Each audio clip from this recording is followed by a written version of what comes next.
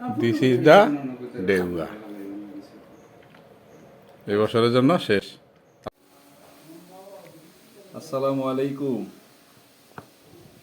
This is the dewa. ডেউয়া এই ফলটা দিনে দিনে হারাই যাচ্ছে।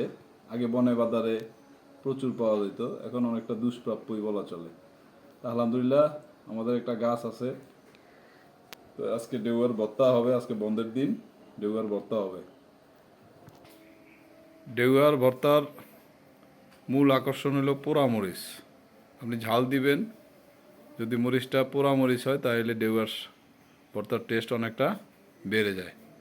আর হইলো লবণ দিতে হয় একেবারে শেষে, কারণ লবণ দিলে ডেউয়া অনেকটা শক্ত, হার্ড হয়ে যায়, শক্ত হয়ে যায়।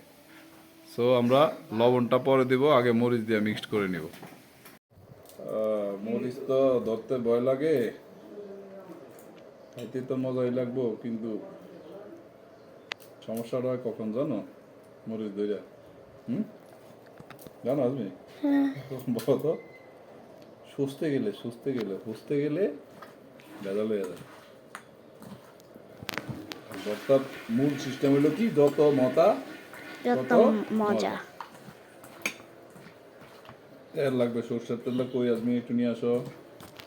তাইলে এখন দিতে হবে তেল। লবণটা মনে রাখতে হবে যে লবণটা দিতে হবে সবার শেষে। ভর্তা একটু সরষের তেল না হইলে ভর্তা জমে না, তাই না? আপনি লবণটা দোষ না। এই হলো পিঙ্ক সল্ট। আমরা চেষ্টা করি কাঁচা লবণ যেটা খাওয়ার, ওইটা হিমালয়ান পিঙ্ক সল্টটা খাওয়ার চেষ্টা করি।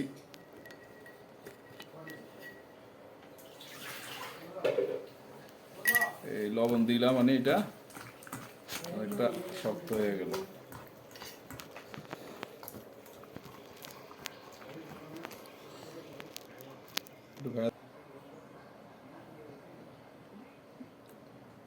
চিনি তো দেওয়া লাগবে না, মিষ্টি আছে, এমনি পর্যাপ্ত মিষ্টি আছে।